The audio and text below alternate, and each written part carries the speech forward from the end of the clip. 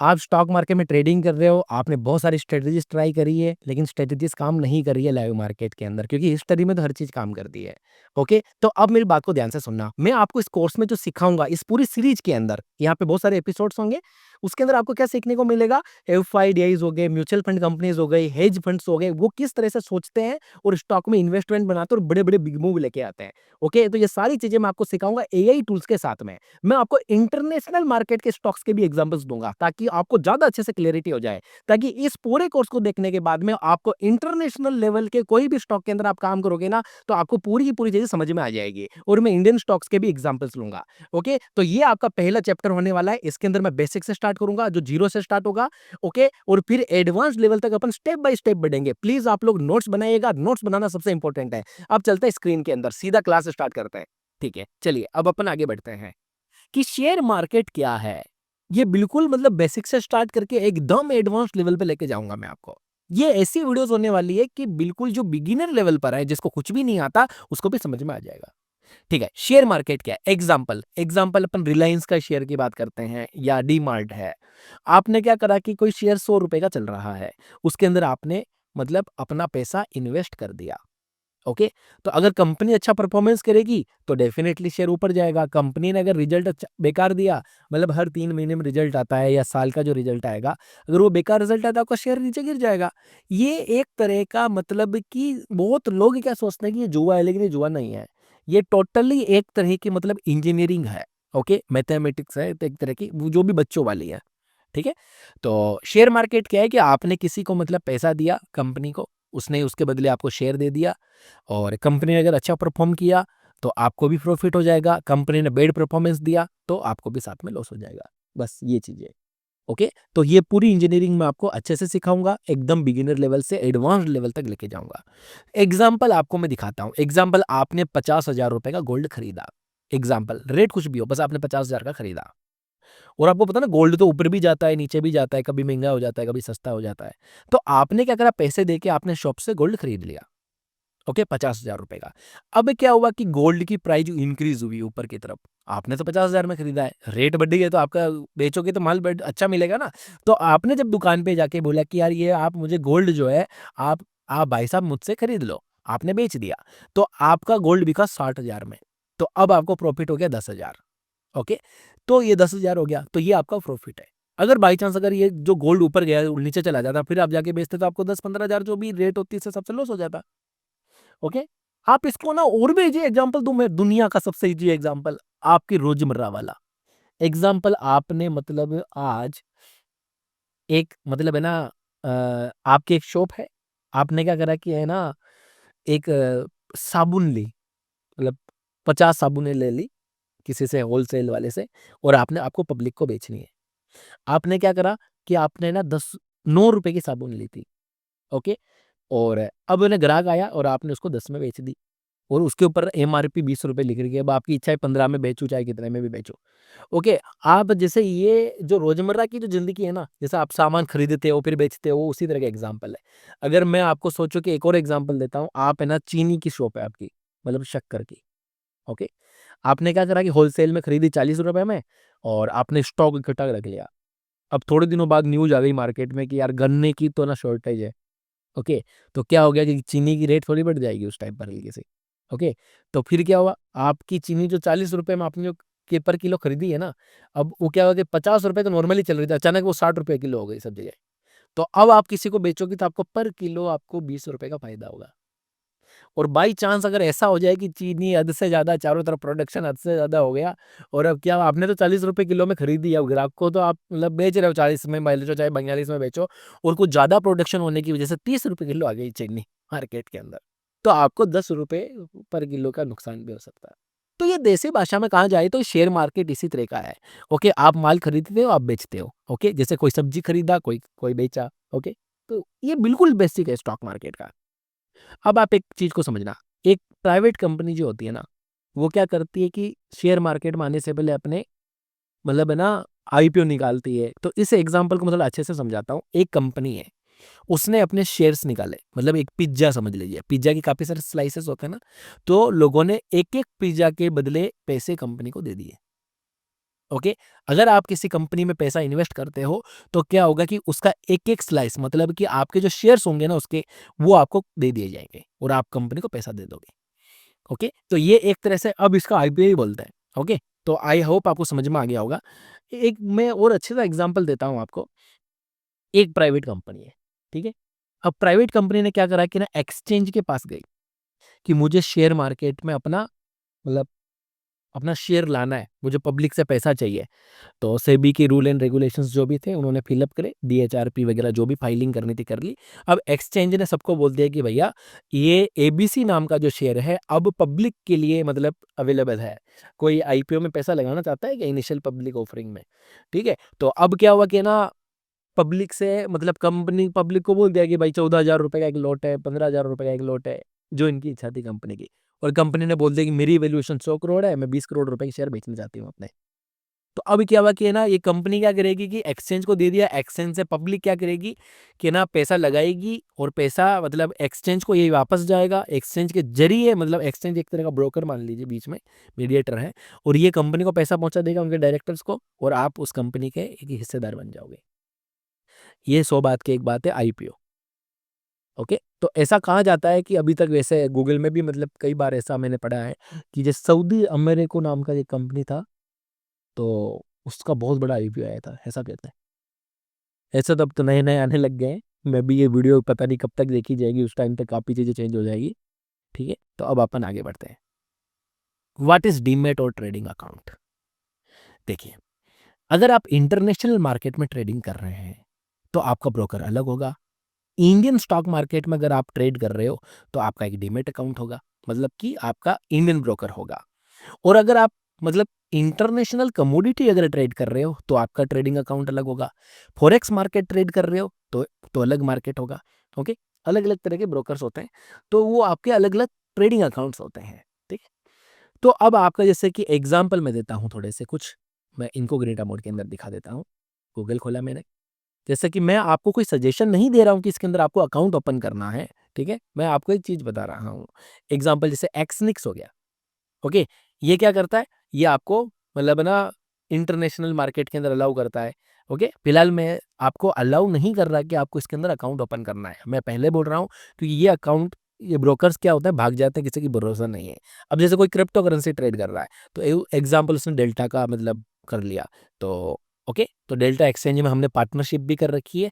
अगर कोई स्टूडेंट अगर चाहे हमारे जरिए अगर लिंक ओपन करेगा तो हमको काफ़ी सपोर्ट होगा। ओके, जैसे अब धन की बात करते हैं, ये इंडियन स्टॉक मार्केट के अंदर है। ओके, तो ऐसे काफ़ी सारे ब्रोकर है, जैसे एंजल हो गया, लेकिन मेरा ये मानना है कि धन इज़ गुड। ओके, किसी को अकाउंट ओपन करना है तो प्लीज़ हमारे को कॉन्टैक्ट कर लीजिएगा, हम आपको अकाउंट ओपन करवा देंगे, हेल्प कर देंगे। ओके, इससे हमारे अकेडमी को भी सपोर्ट होगा।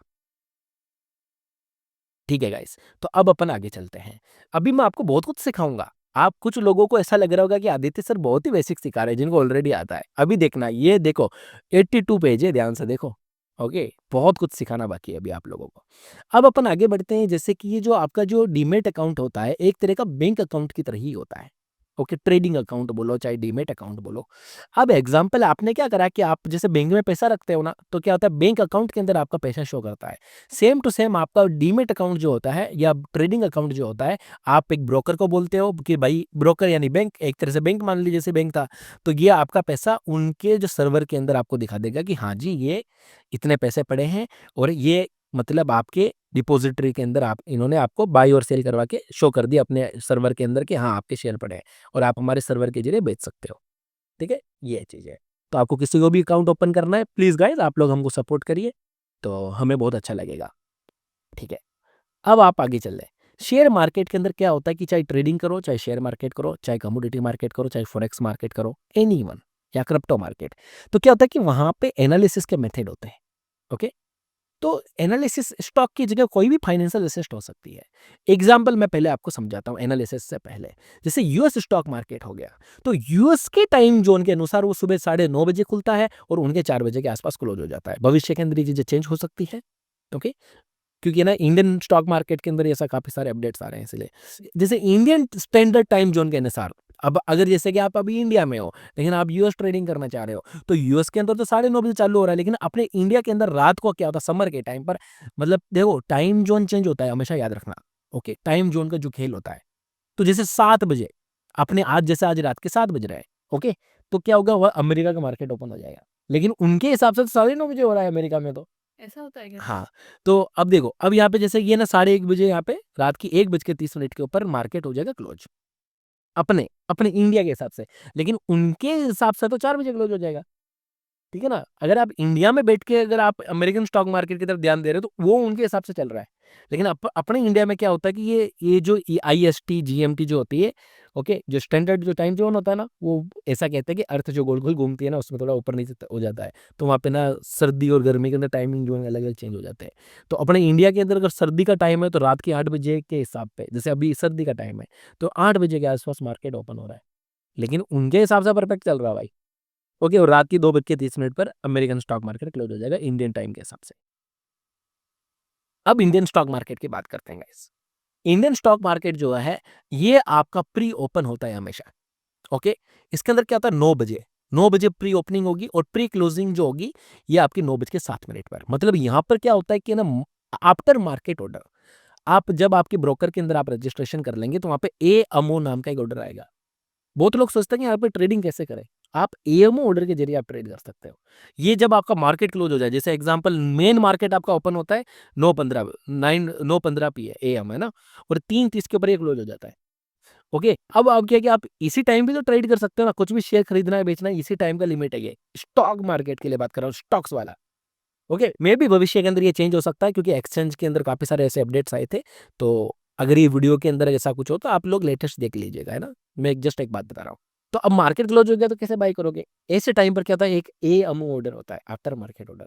तो उसके अंदर आपका ये जो प्री ओपनिंग मार्केट होता है ना, यहाँ पे आफ्टर मार्केट ऑर्डर की ट्रेडिंग चालू होती है। और ये क्या है, जैसे ट्रेडिंग के अंदर अगर सोचो कि ना आफ्टर मार्केट ऑर्डर में शाम के 5 बजे एग्जांपल 7 बज गए, अब किसी ने 5,000 करोड़ की बाइंग डाल दी या 1,000 करोड़ की बाइंग डाल दी, तो ये प्री मार्केट के अंदर उसने बोल दिया कि भाई मुझे प्री और मार्केट में चाहिए। उसने सारे स्टॉक उठा लिए जितने भी प्री मार्केट के अंदर सेलिंग के अंदर आए थे, और हायर रेट के ऊपर मार्केट प्राइस पे उठाने के लिए बोल दिया। तो सोचो कि अगले जो मार्केट ओपन होगा ना, main market opening gap up हो जाएगा, स्टॉक गैप अप हो जाएगा। ओके, इंडियन एमसीएक्स टाइम मतलब कमोडिटी मार्केट। ओके, तो यहाँ ये सुबह 9 बजे ही चालू होता है, इसमें कोई प्री ओपनिंग वगैरह ऐसा कुछ भी लॉजिक नहीं है, और रात की 11 बजे से 11:55 पर बंद हो जाएगा। अब आप सोचोगे कि 11:30 और 11:55 क्यों लिखा? देखो यहाँ पे मैंने क्या बोला कि ये जो टाइम जोन जो है ना, ये वाला, इसी तरह से सेम चीज एप्लीकेबल होती है इसी मार्केट के ऊपर। कभी 11:30 को बंद होता है, मतलब सर्दियों के अंदर क्या होता है 11:55 तक चलता है, गर्मियों के अंदर 11:30 के ऊपर क्लोज हो जाता है। ओके, ये नियर 1 अक्टूबर के आसपास में ये टाइम जोन चेंज होता है। ओके, ये आपको नोटिफिकेशन आ जाता है, कभी कभी ऊपर नीचे डिले भी हो सकता है, बट फिर भी बता रहा हूँ, ये पीरियड है गाइस, देखो ये वाला।